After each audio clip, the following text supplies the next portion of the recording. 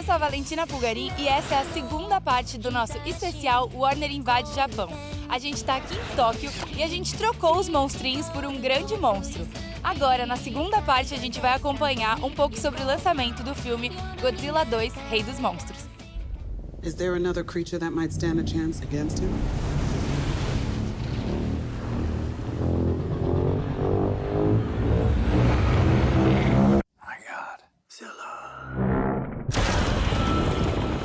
Com 37 milhões de pessoas vivendo juntinhas na ilha de Honshu, Tóquio é a cidade mais populosa do mundo.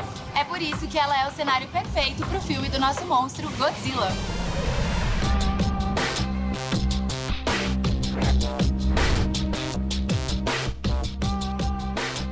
É claro que a gente não tá em qualquer rua de Tóquio. A gente tá numa rua que foi batizada de Godzilla Road. E é aqui que fica uma cabeça gigantesca do monstro que ruge, solta fumaça e faz vários barulhos para lembrar a gente quem é que manda. Mesmo parecendo um dinossauro gigante, o nome Godzilla significa a união de gorila com baleia. Isso porque ele é um animal gigantesco e muito forte. O monstrengo apareceu pela primeira vez no filme de 1954 chamado Gojira e produzido pelo Torres Studios.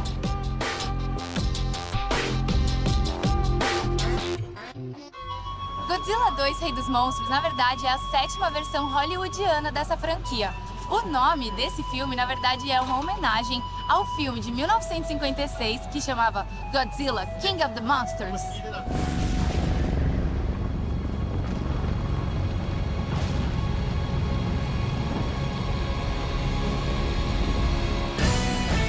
Godzilla 2, Rei dos Monstros é o 39º filme dessa franquia e agora a história foca na agência Monarch, que é especializada em criptologia e tem que lidar com o surgimento de criaturas de proporções divinas.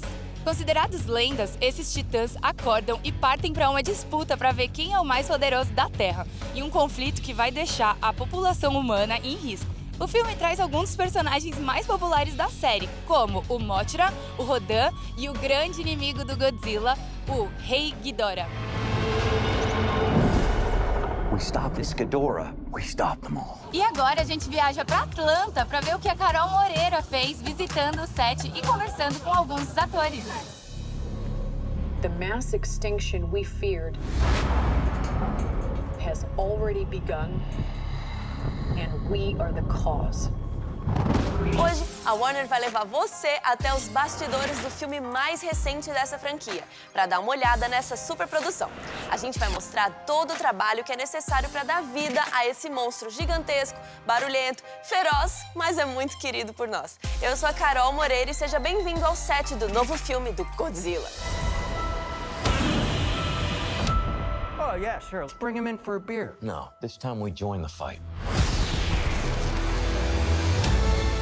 Além dos efeitos especiais de última geração, os criadores do novo filme do Godzilla decidiram usar uma quantidade considerável de efeitos práticos para aumentar o realismo, tanto no set quanto na tela. Chuva de gelo e até neve foram todos feitos à moda antiga. Dá só uma olhada. Did you see Godzilla when you were growing up? I remember seeing a few of the films, but once this came about, I directly watched more than a few of them. And the first few films, I think, are the most interesting. Yes, I'm a huge Godzilla fan. I keep telling people on set that this movie is only happening because I loved him as a child, and we finally get to meet. And this is a dream come true, you know, to be selected by Legendary for Godzilla. I couldn't ask for nothing better. And what was the scene that you had most fun doing? Oh, fun is a strong word. It's probably the moment when I first see the creature up close. There was some concentration and imagination, just what I'm seeing, and I spoke to and was spoken to. You are out of your goddamn mind! Well, you gotta use your brain and your body, your emotions, your recall. You take off your fellow actors. You've got wind machines, you've got music that the director's playing. There's a lot of stuff that's happening. We kind of have a a point where we're in the middle of a battle in between the two monsters, and the soldiers are on the ground and we have to complete our mission, and sometimes things get stepped on. Unless we set Godzilla free. They really made the set come to life. I mean, the ambiance was incredible. So we really had the music, the wind, the lighting, the roars. I mean, everything that you heard or saw on screen was usually there. Sergio, maybe he believed the Godzilla, but not trust. He doesn't think about the monsters. I think my character, Sam, approaches it as advocate, and he works for Monarch, which is the agency that, like, keeps tabs on all the monsters, so he's kind of like a representative of them, I guess. But he, I think, is like a little boy inside that just is in awe of them. He thinks they're cool. That's messed up.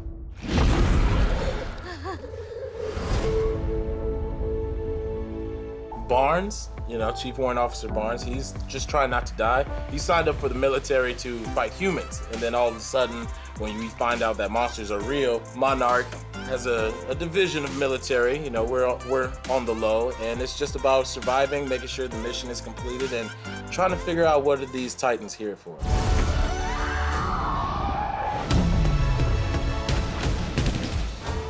She's a skilled, intelligent teenager who aspires to be her mother, and throughout the movie she goes on her own journey.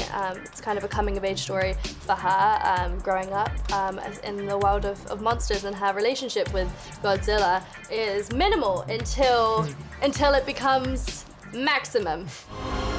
You're a monster. I'm sorry. And you have more creatures in this movie. Do you have a favorite one? I don't know if I'm allowed to talk about the creatures, but yeah, my favorite creature is Godzilla.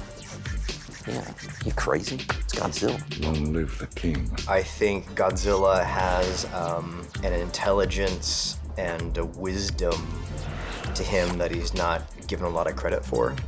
I mean, I think he's up there with Kong in terms of intelligence. You don't get to be thousands of years old, possibly even millions of years old, and not pick up a few tricks along the way. But I think that's what's really fun about him, that you don't expect him to be human. You don't expect him to show signs of empathy or intelligence, and so when he does, it catches you off guard. With Kong, you kind of expect that. You know, he's a primate, he's like us, he's a mammal. But with Godzilla, there's something neat about him being surprisingly human. Godzilla is king. But I can tell you my least favorite is the one that I would always give Godzilla work. Like, Godzilla would probably die. You know, Gigan.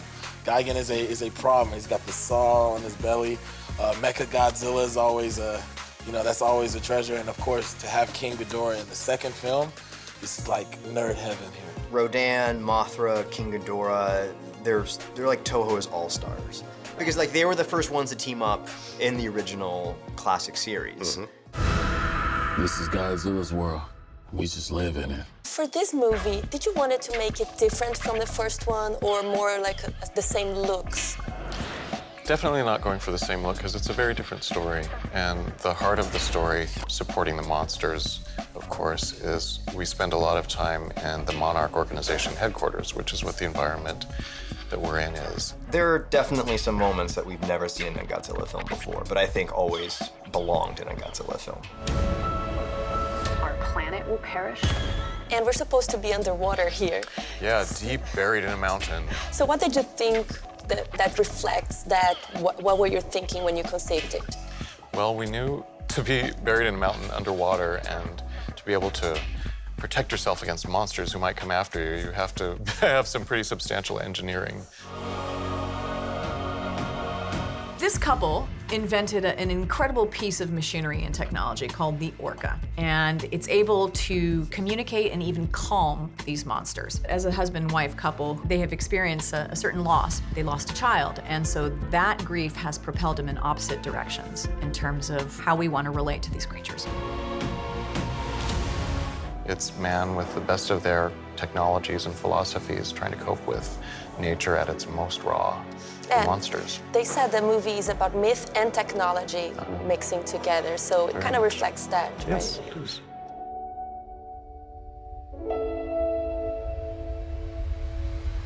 It's very complicated because, you know, just Godzilla is safety for the humankind, but it's some kind of, he needs to coexist with the nature. The Earth unleashed a fever to fight this infection. We just need to treat Mother Nature with respect. We have to, you know, the time to talk about what we need to do, what steps need to be taken it's just too late for that. You know, we gotta take action. We gotta be about it, not just talk about it. Mothra, Rodan, Ghidorah. Oh my. They're moving like a pack. They're hunting. They all respond directly to an alpha. E já que a gente tá aqui em Tóquio, a gente não podia deixar de vir conhecer os estúdios Toho. Fundado em 1932, o estúdio Toho é um dos mais importantes do cinema mundial. Mesmo com uma longa lista de filmes e sucessos, a franquia do Monstrão ainda tem uma posição de destaque. E agora que a gente já conheceu onde o Godzilla nasceu, a gente tem que ver onde que ele tá morando agora. E é no 8º andar do hotel Shinjuku Gracery que esse monstro tá morando hoje em dia.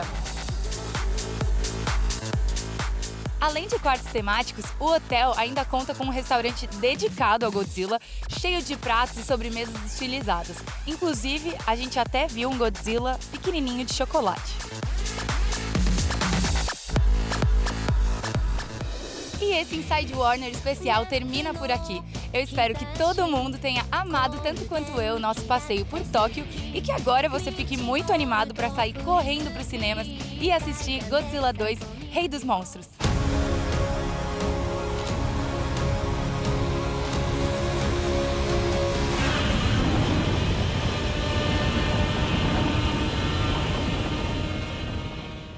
Eu sou a Valentina Pulgarí e espero que, assim como eu, vocês tenham gostado desse monstruoso especial Warner Invade Japão, Godzilla 2, Rei dos Monstros.